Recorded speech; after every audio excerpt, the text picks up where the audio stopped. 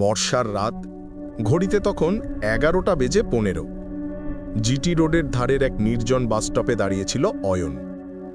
গন্তব্য তার গ্রামের বাড়ি, কিন্তু প্রবল বৃষ্টির কারণে কোনো গাড়িই থামছে না। রাস্তার ল্যাম্পপোস্টগুলো একটানা জলে আর নেভে, যেন কোনো অদৃশ্য সংকেত দিচ্ছে। ঠিক তখনই কুয়াশা চিরিয়ে একটা পুরনো আমলের বাস এসে দাঁড়ালো।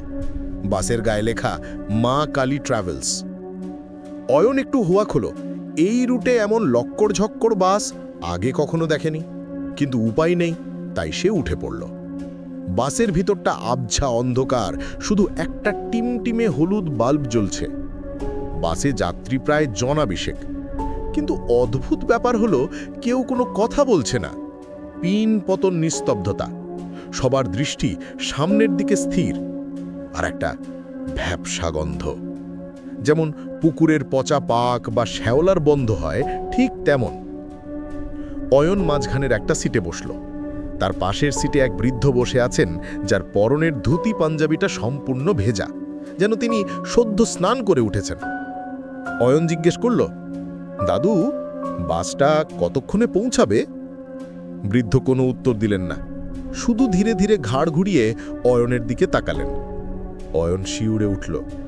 বৃদ্ধের মুখটা ফ্যাকাশে নীল, আর চোখের মণি দুটো ঘোলাটে সাদা, মাছের চোখের মতো। আর তার কান দিয়ে অনবরত জল গড়িয়ে পড়ছে। অস্বস্তি কাটাতে অয়ন কন্ডাক্টরকে ডাকার জন্য পিছন ফিরল। কন্ডাক্টর দরজার কাছে দাঁড়িয়ে, তার শরীরটাও অদ্ভুতভাবে বাঁকা। অয়ন ভাড়া দেওয়ার জন্যে পকেট থেকে মানিব্যাগ বের করল। কোথায় যাবেন? কন্ডাক্টরের গলাটা যেন কুয়োর গভীর থেকে উঠে এলো। বেলপুর চৌমাথা।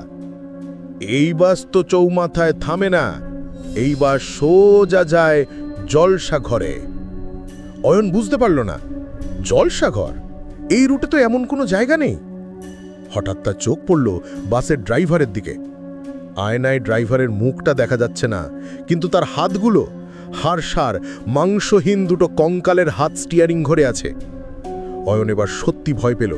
সে জানলা দিয়ে বাইরে তাকালো।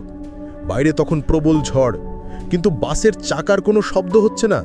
মনে হচ্ছে বাসটার রাস্তার ওপর দিয়ে গড়িয়ে নয়, বরং হাওয়ায় ভেসে চলেছে। হঠাৎ অয়নের নজরে এলো পাশের সিটে পড়ে থাকা একটা খবরের কাগজ। তারিখটা 15ই আগস্ট 2013। হেডলাইন, নিয়ন্ত্রণ হারিয়ে মাঝ নদীতে যাত্রীবাহী বাস, 40 জনের সলিল সমাধি। নিচে বাসের ছবি দেওয়া, সেই একই বাস, মা কালী ট্রাভেলস। অয়নের বুকের রক্ত হিম হয়ে গেল। সে চিৎকার করে উঠল, গাড়ি থামান, আমি নামব। কেউ নড়ল না, শুধু বাসের সব যাত্রী এবার একসাথে অয়নের দিকে তাকালো। তাদের সবার মুখ এখন পচে গলে যাওয়া, শরীর থেকে শ্যাওলা আর কাদা ঝরছে। তারা সমস্বরে ফিসফিস করে বলে উঠল, আমাদের সাথে চল, আমরা একা, বড় একা। বাসটা হঠাৎ রাস্তা ছেড়ে সোজা গিয়ে নামল রাস্তার ধারে সেই অভিশপ্ত দামোদর নদের দিকে, যেখানে 10 বছর আগে অ্যাক্সিডেন্টটা হয়েছিল।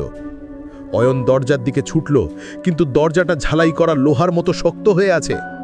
জল ঢুকতে শুরু করলো বাসের ভেতর, ঠান্ডা কালো জল। পরদিন সকালে গ্রামের জেলেরা দামোদর নদের পাড়ে অয়নের লাশ খুঁজে পেল।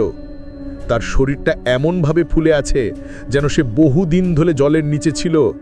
আর তার হাতে শক্ত করে ধরা ছিল 2013 সালের এক পুরনো ভিজে বাসের টিকিট।